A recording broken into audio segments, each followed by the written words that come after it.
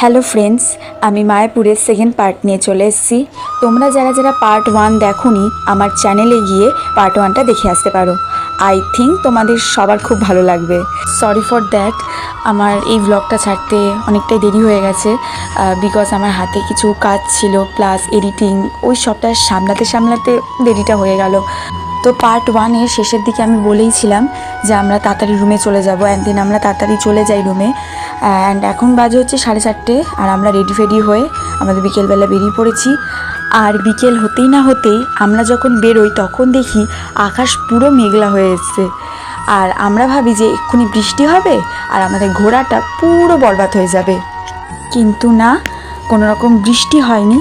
তবে মায়াপুর এলাকা জুড়ে একটা খুব সুন্দর মনোরম পরিবেশ তৈরি হয়েছিল। না ছিল গরম, না ছিল বেশি ঠান্ডা, না ছিল কোনো বৃষ্টি, খুব মিষ্টি একটা হাওয়া বইছিল। সো আমরা এরকম চারপাশটা দেখতে দেখতে আজকে আমাদের যাওয়ার কথা ছিল বেসিক্যালি ইসকনের মন্দির। আর ইসকনের মন্দিরে যেতে গেলে মোবাইল ফোন, ক্যামেরা, কোনো জিনিস নিয়ে যাওয়া যাবে না। তো সেগুলোই আমরা জমা রেখে, জুতো জমা করে আমরা মন্দির প্রাঙ্গণের দিকে যাই। যেহেতু ফোন, ক্যামেরা কিছুই অ্যালাউ ছিল না, তো তার জন্য ভিতরে অনেক সুন্দর সুন্দর মোমেন্ট ছিল, সেগুলো ক্যাপচার করতে পারিনি। তবে এইটুকু বলবো, মানে যারা যারা গেছো তারা জানো, তো যারা যারা যাওনি তাদেরকে বলে রাখি যে মায়াপুরের বাইরেটা দেখতে ঠিক যতটা সুন্দর তার থেকেও দ্বিগুণ সুন্দর হচ্ছে ভিতরটা, মানে ইসকনের যে মন্দিরটা।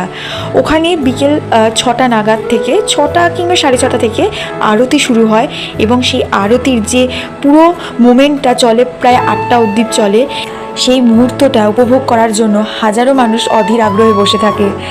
আর আমার সবথেকে বেশি ভালো লাগে সেটা হচ্ছে আরতির সময় ওরা যে একটা নাচ প্রদর্শন করে, ওই নাচটা, মানে ওই নাচটা একটা হরিনামের ওপর বেস করে, এবং শুধু ওখানকার ভক্তরাই নাচে না, বাইরে থেকে মানে আমাদের মতো যারা যারা ওখানে ট্যুরিস্ট যায় দেখতে, তো তারা ওই নাচের সাথে অ্যাড হয়ে যায়, ওদের তাল ধরে ধরে ওরাও নাচতে শুরু করে। ইভেন আমিও নেচেছি। তো একটা আলাদাই শান্তি পাওয়া যায় ওই টাইমে। আরতি আর পুজো শেষ হয়ে যাবার পর ওখানে ভোগ নিবেদন করা হয় ঠাকুরের কাছে। তো তখন ওই টাইমে ওখানে আশেপাশে, মানে ইসকনের মন্দিরের ভিতরেই ওখানে আশেপাশে বিভিন্ন ছোট ছোট দোকান, যেখানে বিভিন্ন রকম ঠাকুরের জিনিস পাওয়া যায়। তো ওখান থেকে আমরা একটা চন্দন কিনেছিলাম।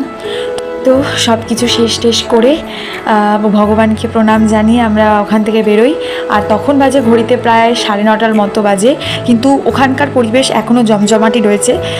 তো এবার আমাদের কিছু এখন খেতে হবে, কারণ আমরা অনেকক্ষণ খাইনি পুজো দেবো বলে। তো এবার দেখছিলাম আশেপাশে অনেক রকমের রেস্টুরেন্ট ছিল। আর আমরা ইসকনের দুপুরবেলা, যেমন আমরা ইসকনের মন্দিরের ভিতরে, মানে ঈশ্বরদান ভবন যেখানে আমরা আছি, ওখানেই আমাদের খাওয়ার দাওয়ার ব্যবস্থা ছিল। কিন্তু রাত্রেবেলা ওখানে আর মানে ওই সাইডেই আমরা আর গেলাম না, আমরা এই দিকে মানে বাইরের দিকে, ইসকনের মন্দিরে এলাকার বাইরের দিকে এসে আমরা একটা ভালো একটা হোটেলে ওখানে ঢুকে ওই সামথিং চাউমিন, আর ওখানকার সবই নিরামিষ, যেহেতু একটা পিৎজাও খেলাম, নিরামিষ পিৎজা। যাই হোক, ভালোই খেতে ছিল, সমস্ত খাবারই একদম টাটকা ছিল। তো এই খেয়ে দিয়ে রাত হয়ে গেছে, তখন বেশ অনেকটাই রাত হয়ে গেছে। যাই হোক, এবার রুমে ফেরার প্রস্তুতি নিলাম। আর ঘড়িতে বাজে 11টা। আর কাল সকাল উঠতে হবে, কারণ সকাল একদম ভোরবেলায় আমরা মর্নিং আউটে বেরোবো, এরকম একটা প্ল্যানিং করেছিলাম। এবং দেন ওখান থেকে একটা জায়গাতে যাব, কোথায় যাব সেটা এখনই বলছি না। তো চলো কতদূর কী হয় দেখা যাক। তো এই ভিডিওটা আপাতত ছোটোই হচ্ছে, মানে আমার মনে হচ্ছে আর কি ছোটোই হবে। তো আসলে এখানে যদি আমি অ্যাড করতাম ইসকনের যে মন্দিরের ভিতরে বিভিন্ন মোমেন্ট, যদি আমি এখানে অ্যাড করতাম বা তোমাদের কাছে যদি শেয়ার করতাম, অবশ্যই ভিডিওটা বড় হতো। এবং আমি ক্যাপচার করতে পারিনি বলে আমারও একটা মানে দুঃখের জায়গা। অনেকেই ছিল মন্দিরের ভিতরে, অনেকেই ছিল যারা ভিডিও করছিল, ফটো তুলছিল, কিন্তু দেন আমি পরে জানতে পারি যে ওরা হচ্ছে ওখানকারই লোক, ওখানকারই ভক্ত শিষ্যরা, ওখানেই থাকে, ওখানেই স্টে করে। তো আমি আর রিস্ক নিইনি, কারণ যতই হোক সব কিছুর একটা নিয়ম থাকে, রুলস থাকে, সেটা ব্রেক করা উচিত নয়। তো আজকে এতটুকুই, এখানেই এন্ড করছি। পার্ট 3টা খুবই তাড়াতাড়ি নিয়ে আসার চেষ্টা করব, কারণ পার্ট 2টা অলরেডি অনেকটা লেট হয়ে গেছে। আমি পার্ট 3টা সত্যি আমি খুব তাড়াতাড়ি আনার চেষ্টা করছি। তো লাস্টে একটা কথাই বলবো, অবশ্যই ভালো লাগলে লাইক, শেয়ার অ্যান্ড সাবস্ক্রাইব করে দেবেন। অ্যান্ড আমার এরকম পার্ট 3টা অবশ্যই পাওয়ার জন্য বেল আইকন বাটনটা প্রেস করে দিতে হবে। জয় শ্রীকৃষ্ণ।